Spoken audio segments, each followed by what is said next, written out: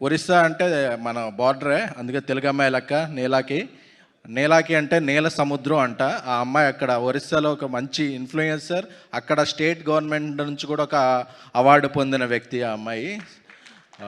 So ఈ అమ్మాయికి ఒక మంచి బ్రేక్ అవ్వాలి తెలుగు సినిమాలో అని కోరుకుంటున్నాను. అలాగే విజయ్ బుల్గాన్ అన్నాడు నాకు లైఫ్ ఇచ్చారు అని.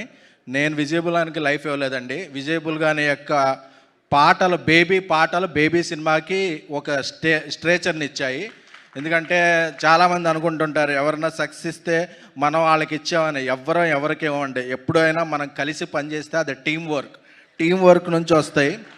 అంతేకాను మనం భ్రమపడుతుంటాం మనం ఎవరికో ఇచ్చామని. బట్ ఎవరికైనా ఇచ్చేది captain of the ship, only director మాత్రమే ఇవ్వగలడు ఎవరికైనా. సో విజయ్కి చాలా కమిట్మెంట్ ఎక్కువ.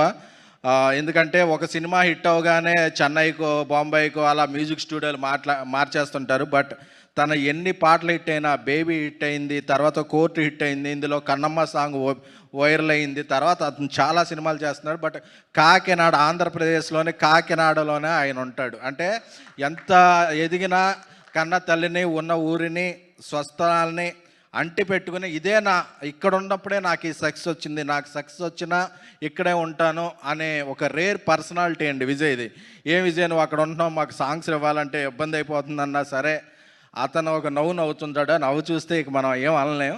So he's like my brother, we're working together again and again.